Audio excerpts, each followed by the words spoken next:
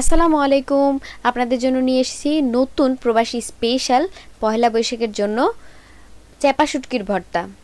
বাংলাদেশের সব জায়গায় যে ভর্তাটা জনপ্রিয়। প্রথমে আমি যা করছি, সরিষার তেল একটি প্যানে গরম করে নেব। খুব ভালো করে গরম করে দিয়ে দিচ্ছি পেঁয়াজ কাটা, রসুন কাটা এবং আস্ত মরিচটা ভালো করে ভাজবো। সবগুলি ভালো করে ভাজতে হবে, যেহেতু ভর্তাটা বাটা হবে পাটায়। দেখতে পাচ্ছেন খুব সুন্দরভাবে ভাজা হয়ে গেছে, লালচে লালচে কালার এসেছে। মরিচটাও দেখতে পাচ্ছেন সাদা সাদা একটা ভাব চলে আসছে, তার মানে আমার ভাজা হয়ে গেছে। আমি নামিয়ে ফেলবো। আর ওই তেলেই, সরিষার তেল, ওই তেলে আমি দিয়ে দিচ্ছি চ্যাপা শুটকি।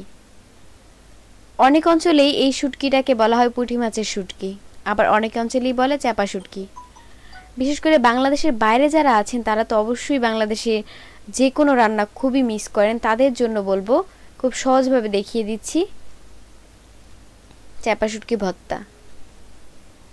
পয়লা বৈশাখের জন্য তো পান্তা ইলিশ এবং শুকনো মরিচ ভাজার সাথে তো খুব ভালো যায়। আপনারা বাসায় অবশ্যই ট্রাই করবেন। হাত দিয়ে খুব ভালো করে দেখতে পাচ্ছেন আমি ভেঙে দিচ্ছি। আর ভাজাটা যদি ভালো না আসে তাহলে গন্ধে আপনি খেতে পারবেন না। খুব ভালো করে লাল লাল করে ভাজতে হবে। হ্যাঁ, ভাজা প্রায় হয়ে গেছে, আমি নামিয়ে ফেলবো। আপনাদের সুবিধার্থে আমি আবারও দেখিয়ে দিচ্ছি কি কি উপকরণ নিয়েছি। পেঁয়াজ, রসুন এবং মরিচ, চ্যাপা শুটকি। প্রথমে আমি যা করব, পেঁয়াজ, রসুন এবং মরিচটা প্রথমেই বাটবো, পাটায় বাটবো। আসলে বাটার তো জবাব নেই। যে কোনো রান্নায় যদি আপনি যে কোনো ভর্তা পাটায় বেটে খান তাহলে অসাধারণ একটা স্বাদ আসে। ব্লেন্ডারে এত ভালো লাগে না, একবার বাটলেই হবে। চ্যাপা শুটকি ভর্তা অত বাটলে ভালো লাগে না। আর দিয়ে দিচ্ছি শুটকি, ভাজা শুটকি এবং লবণ। ভাজা শুটকিটা আমি এখন বেটে নেব পাটায়। হাতেও করতে পারেন, কিন্তু হাতে করলে যেই সমস্যা হয়, আপনার খেতে আস্তে আস্তে শুটকিটা দাঁতে পড়ে, ভালো লাগে না, গন্ধ আসে।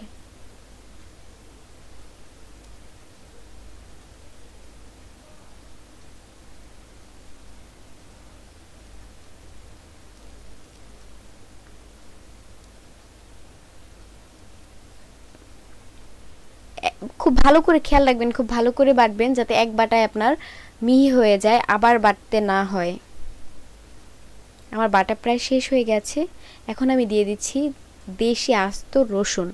আপনারা চাইলে বাইরের রসুন দিতে পারেন, সমস্যা নেই, কিন্তু দেশিটা যদি পাওয়া যায় তাহলে দিতে পারেন, খুব সুন্দর একটা ফ্লেভার আসে। আর কাঁচা রসুনটা দিলে তো জবাব নেই, দেশি রসুন বলে কথা।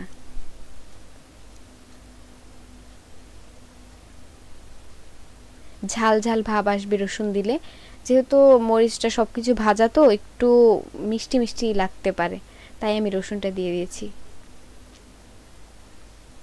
এখন মিশিয়ে নেব খুব ভালো করে, হাত দিয়ে মিশিয়ে নিচ্ছি।